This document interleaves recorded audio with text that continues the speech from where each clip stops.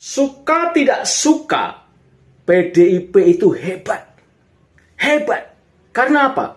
Berani sendirian beroposisi. Coba kita renungkan. Apa hebatnya sebuah kemenangan, tapi dengan cara keroyokan? Ya kan? Nah, bagaimana menurut teman-teman? Kalau menurut saya, lebih baik kita dengarkan penjelasan dari Bapak yang satu ini. Bung Karno sudah meninggalkan PDIP. Kita telah sama-sama melihat Partai Demokrasi Indonesia Perjuangan dengan perjalanannya yang panjang mampu mempertahankan eksistensinya di jagat perpolitikan Indonesia. Kita juga pasti sama-sama tahu bahwa sebuah partai politik rentan untuk jatuh karena orientasi partai politik adalah membangun kesepakatan secara politis melalui kesamaan visi, misi, dan perjuangan. Konflik kepentingan adalah makanan sehari-hari yang harus mampu diatasi dan diselesaikan.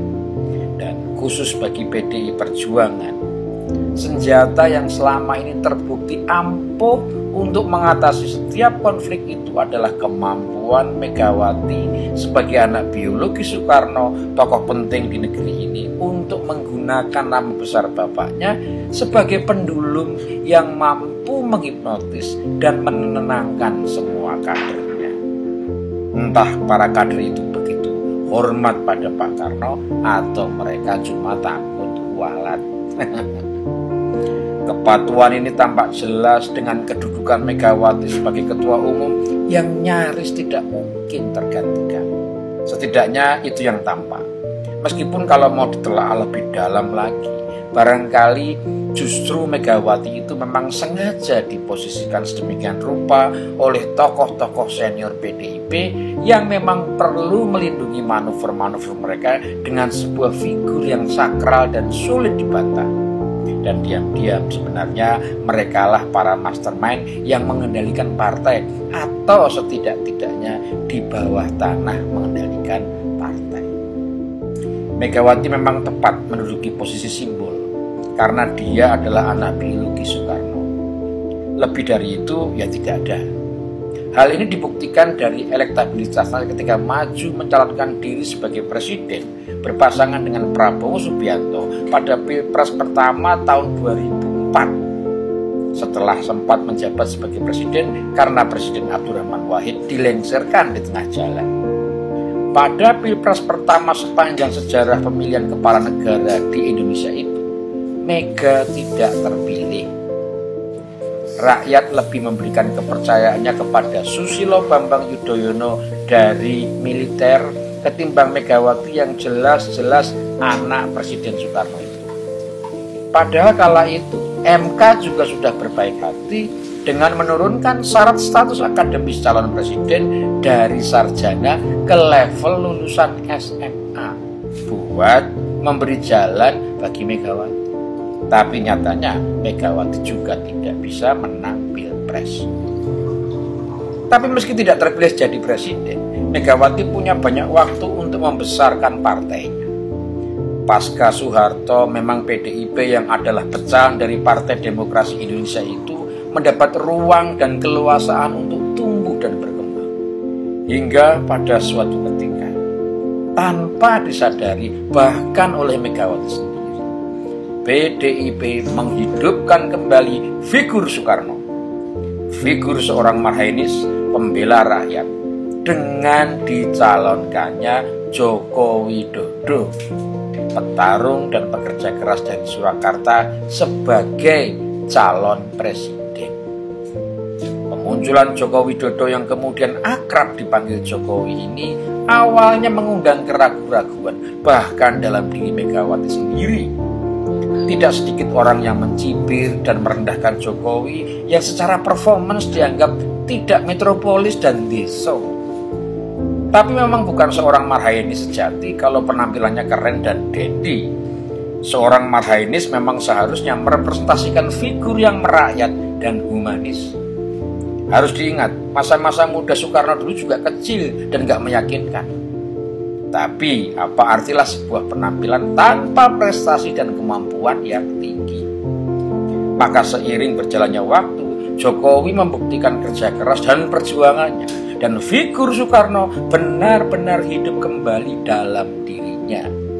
Bahkan kalau menurut saya, pribadi Jokowi telah melampaui Soekarno. Dan ini memang sudah selayaknya. Penerus pasti harus lebih hebat dari pendahulunya. Kalau cuma sama atau bahkan kurang, ya terus di mana lebihnya? Prestasi dan kebesaran Jokowi tentu saja ikut menyumbang kebesaran dan kredibilitas partai yang mendukungnya. Selain juga memberi porsi yang lebih besar bagi kader partai untuk ikut bergabung di Istana Negara, menjadi menteri dan jabatan strategis lainnya. Dan sudah pasti Megawati sang ketua umum dan simbol kebesaran Partai Demokrasi Indonesia Perjuangan ikut menikmati semua itu. Tentu saja dengan caranya yang khas, memamerkan perannya sebagai pengusung Jokowi. Pak Jokowi itu ya gitu loh, kalau nggak ada PDIP kasihan deh. Tapi ada satu hal yang barangkali dilupakan oleh Megawati dan sebagian besar petinggi PDIP. Marhaini sejati adalah orang yang berjiwa merdeka.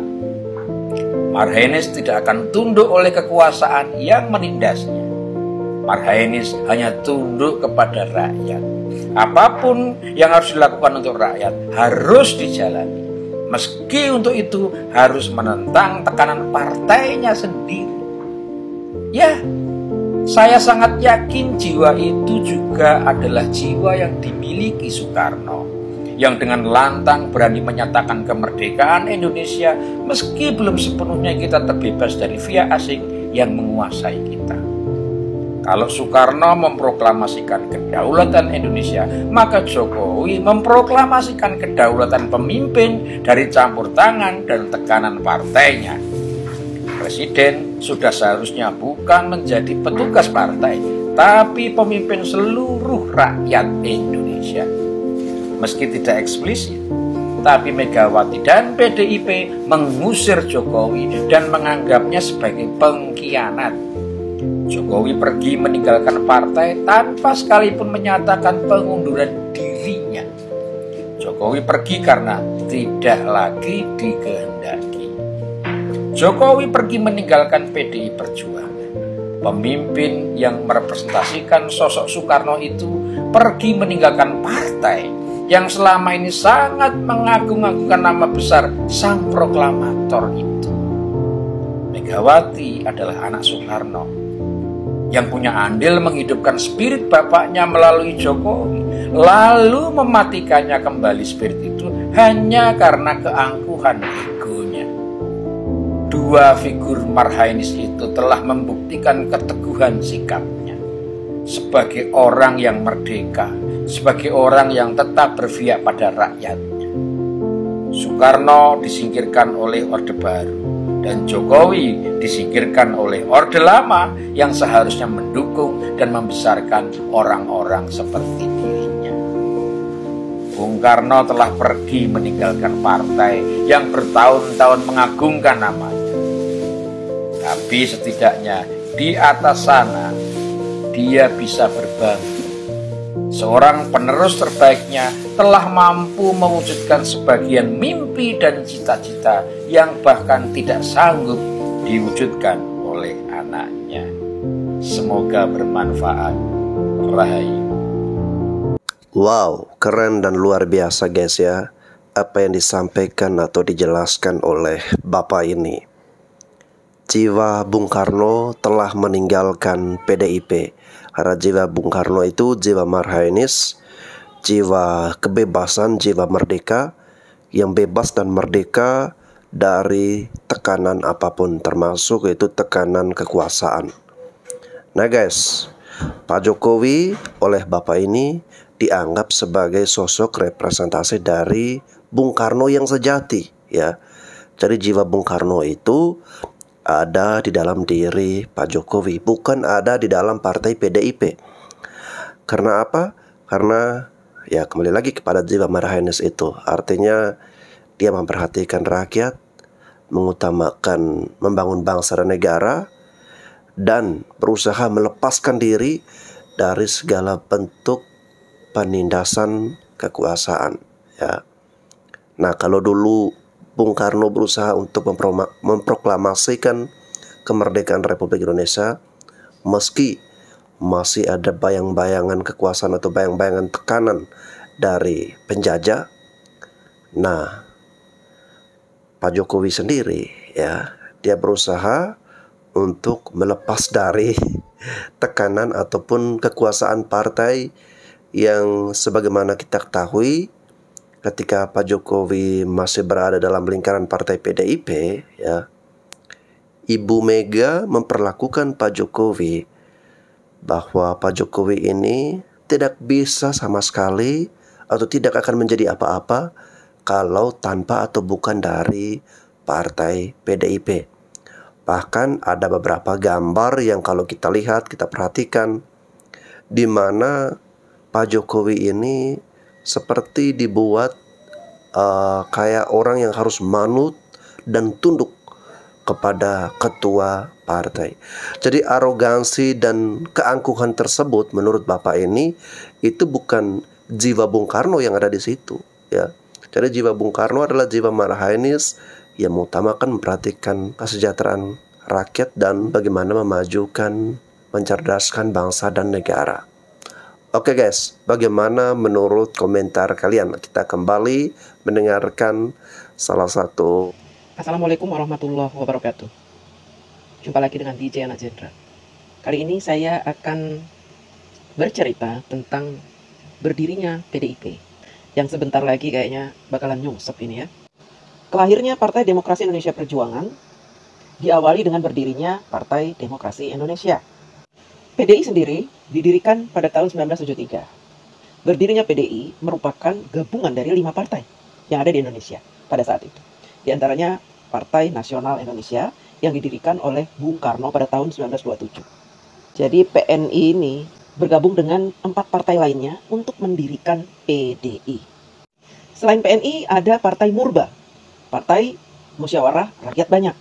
Ada juga IPKI, Ikatan Pendukung Kemerdekaan Indonesia. Nah, kenapa PDI sering disebut orang sebagai Partai Kristen?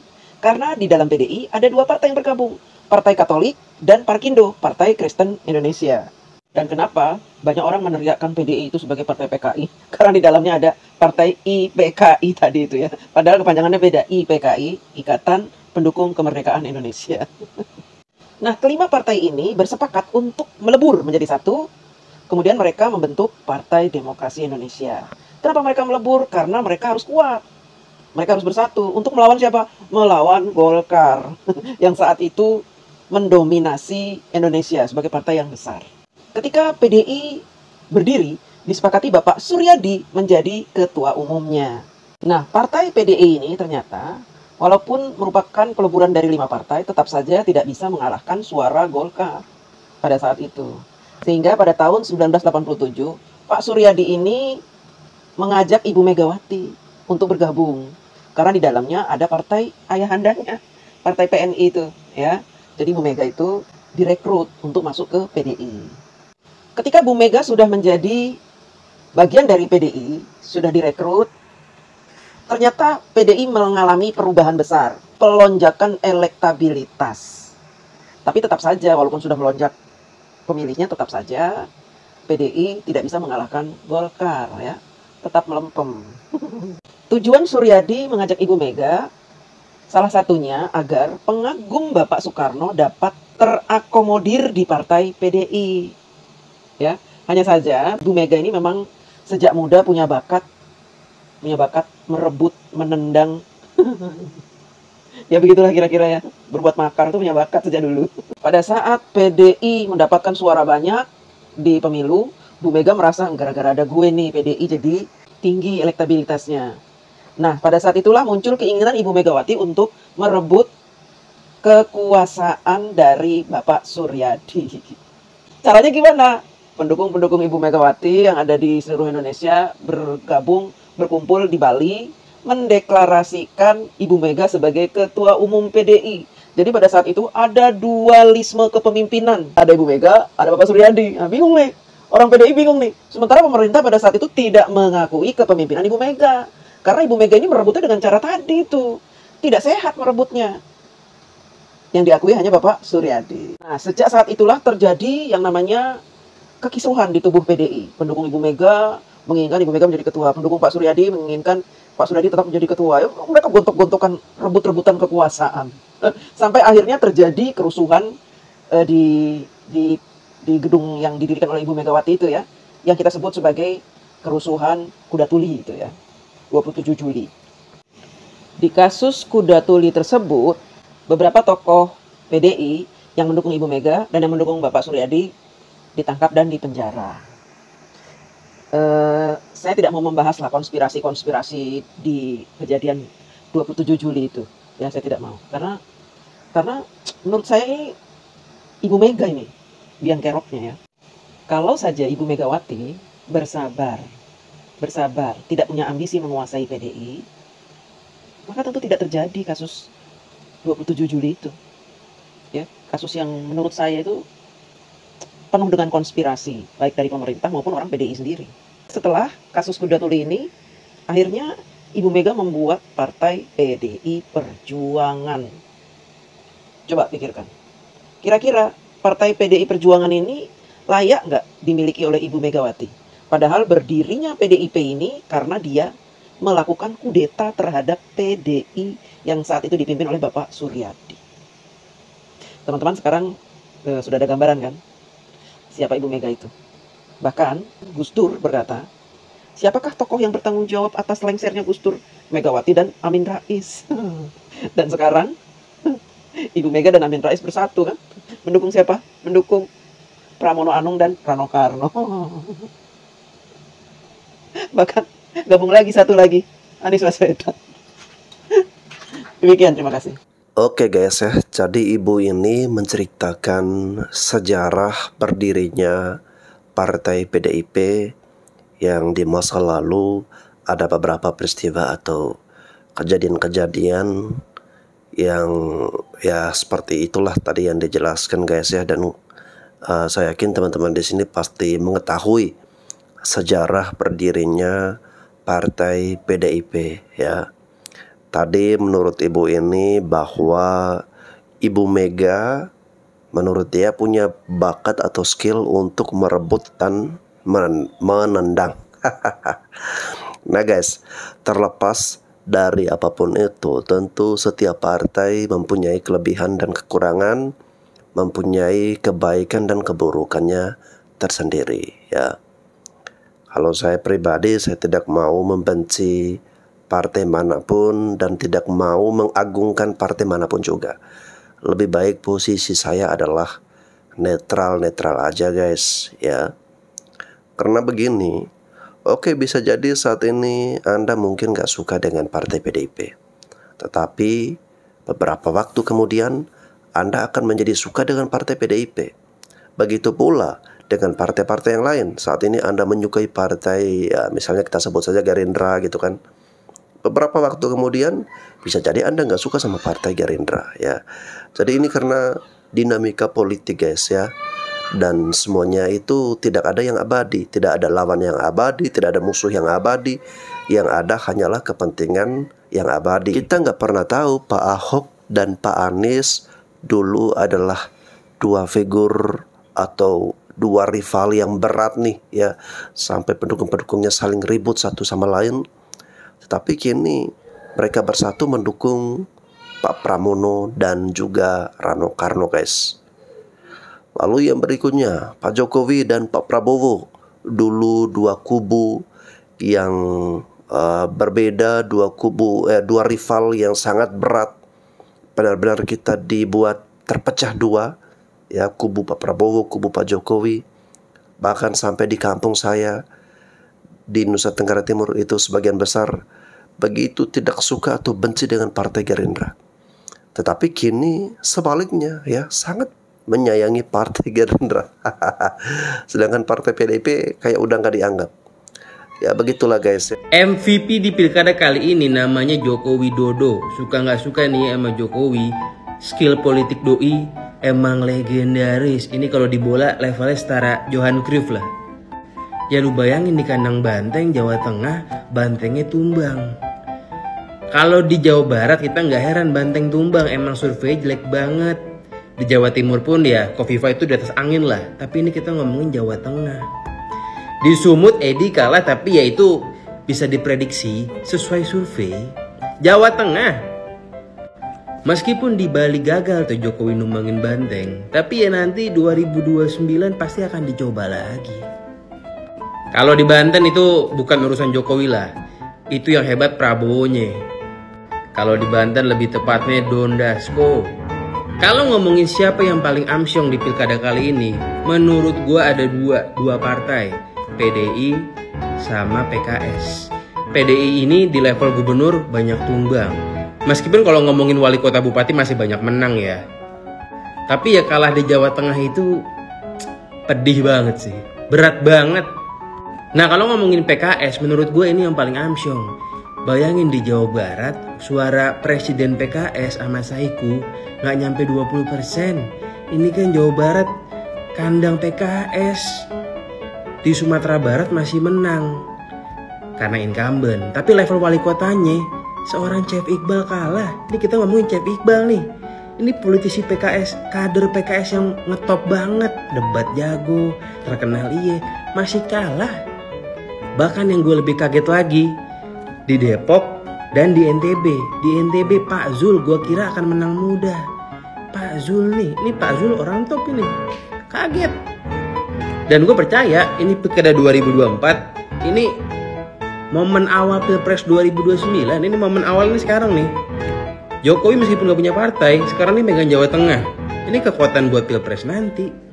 Ya sekarang PDI sama PKS ya mesti bebenah habis-habisan. Oke guys ya, apapun kepentingan partai-partai saat ini dan visi misinya mereka ke depan, semoga yang kita harapkan semuanya adalah untuk kepentingan rakyat Indonesia, untuk kesejahteraan rakyat Indonesia, untuk Indonesia yang lebih baik, meskipun dinamikanya kadang-kadang panas dingin ya. Hanya saja saya berharap teman-teman di sini yang bukan merupakan kader partai, kita rakyat biasa, jangan fanatisme buta atau baper berlebihan dalam menyikapi situasi politik ya, dalam memilah-milih partai ini, partai itu ya. Bersikap sewajarnya saja dan lebih baik kita berjuang menghidupi diri kita sendiri. Menafkahi keluarga kita itu lebih penting guys ya. Karena kalau di tongkrongan guys ya, saya melihat teman-teman kalau udah bahas politik yang modenya serius, panas berlebihan, debat yang nggak ada guna, ujung-ujungnya berantem, menurut saya ini sangat disayangkan sekali ya. Karena para elit-elit di atas mah, meskipun di framing media bahwa wah ini partai ini nggak sama partai itu nggak bersahabatan, bermusuhan, tapi mereka makan siang satu meja guys. Oke guys, saya kira itu saja yang dapat saya reaksi. Mohon maaf apabila ada hal-hal yang mungkin kurang nyaman di hati Anda. Mohon dimaafkan. Sampai jumpa lagi.